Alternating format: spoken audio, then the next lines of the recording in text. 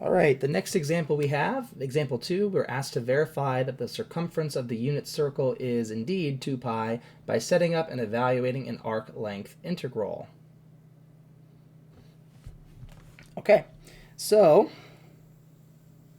we can draw a circle here, our unit circle. Okay. So if this is our unit circle, we can say that the equation of this circle is x squared plus y squared equals 1. And if we want to talk about the top half, for instance, the top half of this circle, we'll solve for y and we'll take the principal root, so the positive square root. So this would be y equals positive the root of 1 minus x squared. Now, instead of doing this all at once, we really can just focus on finding the arc length of this and multiplying the answer by 2. So the circumference should be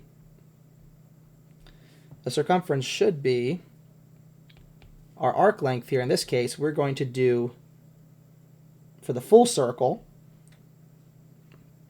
this would be, we'll set up an integral that is 2 times the arc length integral.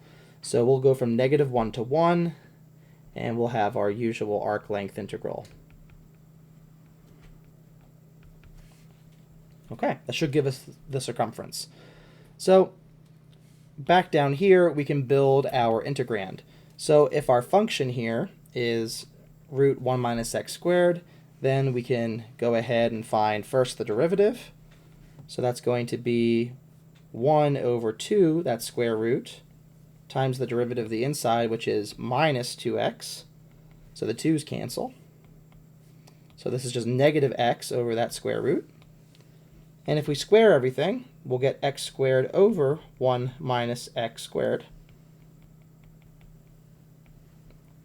And of course, if we add 1 to each side, we can get a common denominator here. This should be x squared plus 1 minus x squared all over 1 minus x squared, which is going to be 1 over 1 minus x squared. All right, so that will become our integrand. Well, sorry, that will become the inside of our square root. So grab our double arc length formula, and we can fill in the gaps. So we have the square root of 1 over 1 minus x squared dx. Okay.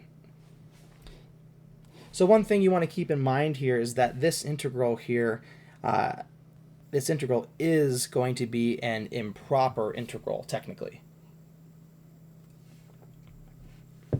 If you look at these bounds, -1 and 1, our integrand, the function we're integrating, approaches infinity on either side. So this is definitely an improper integral. So after we take our square root here, well, can we take the square root? I mean, not really. Just the bottom, I guess we can do. Just the bottom. Because the square of the top is, well, the top. So we can just leave the bottom with the square root. And then here I can go ahead and replace this with a limit. So I'll do the limit as r goes to 1. And this will be, let's see. Notice here that it's not going to matter when we plug these values into this x, whether we do a one-sided limit. Because technically, if we're doing this bound, it should be the limit as r goes to -1 from above. And this one here would be from below.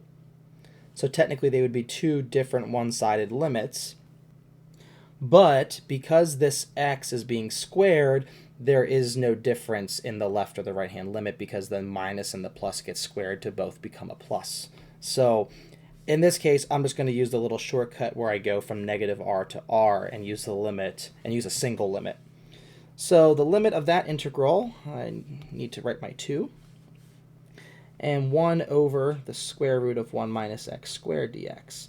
This is a one-liner. This is the arc sine, or the inverse sine.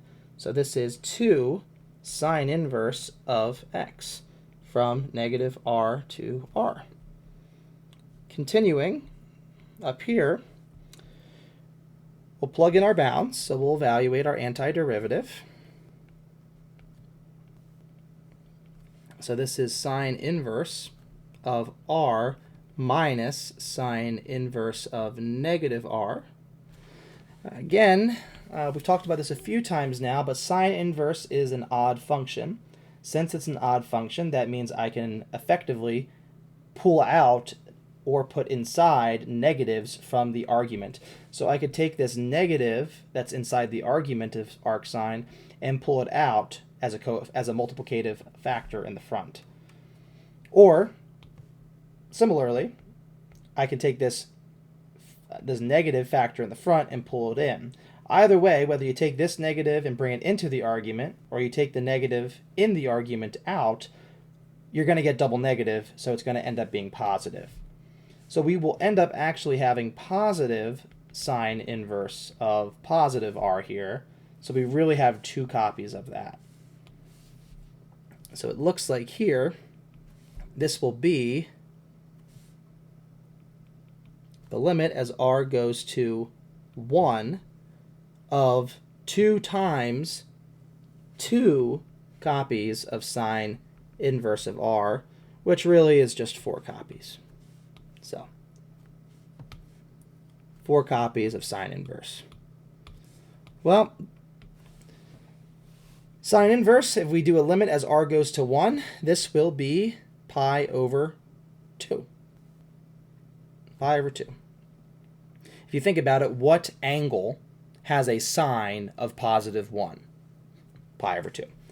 So 4 times pi over 2, and we get 2 pi, which is the circumference of a circle. So that does work out.